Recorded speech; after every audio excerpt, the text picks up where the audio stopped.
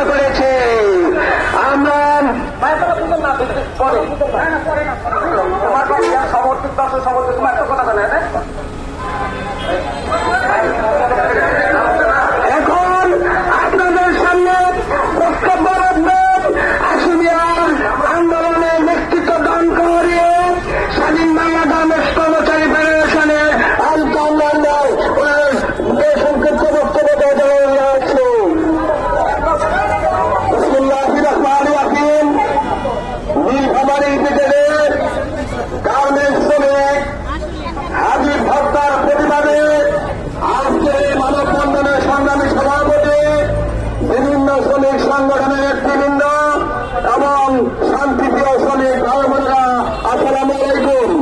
আপনারা জানেন গতকালকে হাবিব সহ ওই কারখানার শ্রমিকরা যখন তার কারখানার অনিয়ম নিয়ে রাজপথে নামলো, সেই সময় এই সরকারের বাহিনী, পেটোয়া বাহিনী ওই হাবিবের উপর গুলি চালায় এবং তাকে রাজপথে নিহত করে ছেড়েছেন।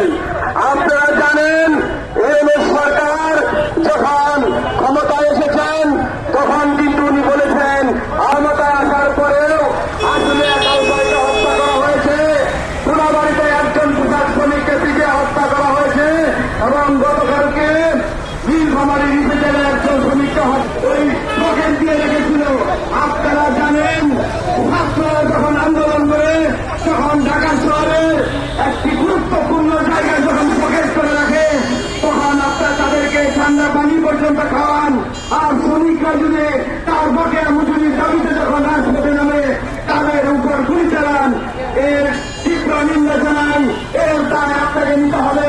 ইতিমধ্যেই শুরু বলেছেন যদি 5 আগস্টের আগে যে সমস্ত আন্দোলন করে যারা দেশকাল এবং পরিশ্রম আন্দোলনে যারা জীবন দিয়েছেন তাদের সে হত্যা করে তৎকালীন বেশিরভাগ সরকারের যদি মামলা আসামি হতে হয় তাহলে এখনো আপনাদের যে সাধারণ আপনাদের যে রাষ্ট্রযন্ত্র সেই যন্ত্রের গুলি দিয়ে আপনি এই শ্রমিকদেরকে গুলি করে মেরেছেন, আপনাদেরকে আমরা বিচারে আপনাদেরকে বলে যাই আগামী আগামী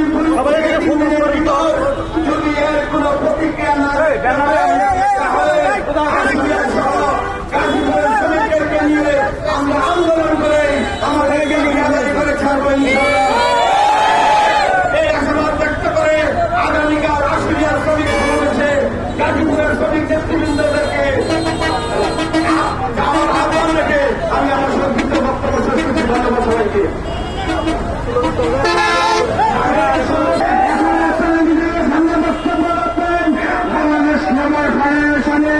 গাজীপুর জেলার সাধারণ সম্পাদক হাসান রহমান মামুন।